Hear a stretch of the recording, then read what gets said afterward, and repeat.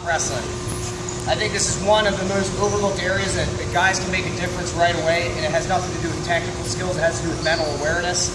Okay, how many guys play football in here? Okay, you want to be fast off the ball, or you want to be slow off the ball, right? How many guys run track? Anybody? Okay, listen, the race is won in the starting blocks. It's reaction time more than it is speed. It's who can get off the blocks the fastest. Wrestling's no different. Okay, treat it the same. So many guys will start in a position with their head down, not looking at the referee, or referee's in front of us and we're looking over here. Okay, every split second counts. Winning the whistle counts. All right, so that's something that can be fixed right away just by paying attention. So wherever we are, we're finding the referee. Wherever the coach is in the room, your eyes are on him. You're anticipating the whistle, ready to jump the gun. Okay, I want to try to cheat as much as I can so I can put the odds in my favor. Everything starts with a breakdown. The only time I will go to a hip and ankle is when I see a partner starting laces in the mat. Okay? So, hey, sorry. You see a guy starting laces in the mat. For me, this is an automatic. This is an easy handle. I'm going to line up really low down here. 1, 2, 3, right here. I'm in a position where I can lift, load, and run his hips to the mat. Okay? Otherwise, if his laces are in the mat, I'm going to go to a double thigh block. All right? So for me, I'm not the most athletic or explosive guy, so I want to try to stop his first move off the whistle. The easiest way I know how to do that is just to trap his hips to mine, okay? So you watch anybody that's a good top wrestler, one thing they all have in common, their hip pressure is ridiculous. It's amazing, okay? Their hips are never, they're not running a spiral out here. They're not jamming a guy with their butt up in the air. There's never any separation between my hips and his hips. Thus, county jail series right here, okay? Hip on hip. Okay, I don't want to run my hips up his back. I actually want to have my hips lower than his hips. Okay, we have to start with our inside knee off the mat, but I'm going to start as much dead center as I possibly can. If I want to get pressure forward, I'm not going to turn my hips so that my pressure is going this way. I want to try to get my hips pointed in the direction that I want to go. So right here, dead center. Knees off the mat just a little bit. 1, 2, 3, boom. I'm jamming right here, okay? Okay, not only do I want to get weight forward, I want to try to create separation between his hands and his knees here. That means I did a good job, all right? Think about what a bottom guy wants to do. He wants to keep weight back on his hips, right? We got weight back on our hips. We can knee slide. We're mobile here. We can explode up. The more weight I get forward, the more separation I get between my hands and my knees, the more difficult it is to explode up. Right? Okay? So whatever your breakdown is, I like to go to a double thigh block. You can transition to a lot of different things from here. So 1, 2, 3, I jam him forward, okay? I like to go to a chop. So I'm gonna, I don't want his knees to come up here. So right now my hands are blocking, but if I come up to a chop here, I've got to replace this with something. Knee steps in front.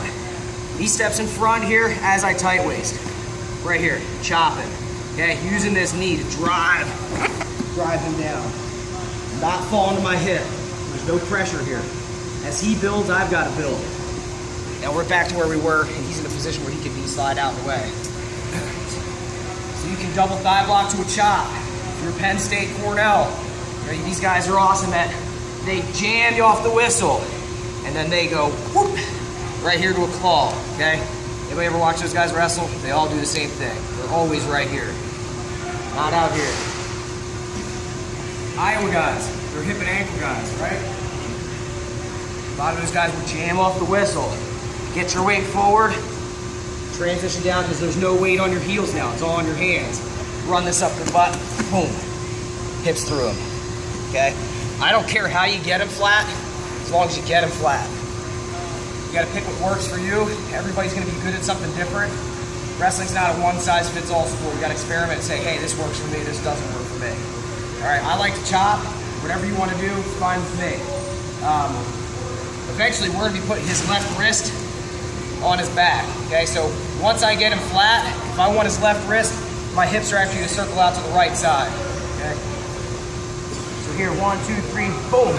I jam, I step in front, I chop here. He doesn't want to give up this crosser, so he bellies and turns those hips down. And as he does here, I'm floating off to the right side and I'm hooking an ankle. Okay? Somebody tell me why we want to hook an ankle here. What's that? That's exactly right. You ever try to push off air? Don't do you any good, does it? Okay, so if his feet are off the mat, he's not nearly as dangerous. If he wants to build a base, he's got to drive, he's got to drive off his feet. He's got his hips back underneath of him, okay? So that's one reason, definitely. Taking his feet off the mat, you've taken away his ability to build a base. The other reason is, one, I want to get off to the side so I'm not called for stalling. And the last reason is if I hook this inside ankle, he's definitely not going to turn into me, right? He starts turning into me. It's unnatural, for one, but I'm going to attack his head. He's in trouble, okay? So we've basically taken half of his options away, and we know the other half. So we can stay a step ahead of this guy.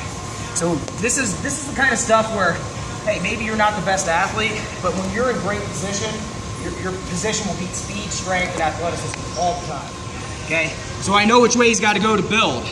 So I'm blocking here, keeping his head to the mat, on these toes, keeping good hip pressure all the time. And I want you guys to get out here with your partner and start in this position. Get in a good body arch here, where I've got my hips through his back, right through the back of his hip.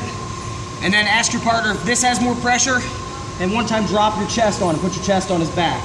And ask him which way would be easier for him to build a base. Because I guarantee a lot of guys are going to come out here and they're going to put their chest on the back here, okay?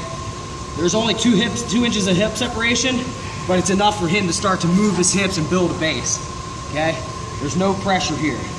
Remember, where is he going to have to build? He's got to get his butt back to build. So why would I want to have my weight up here? I don't. Right here. Here. All right?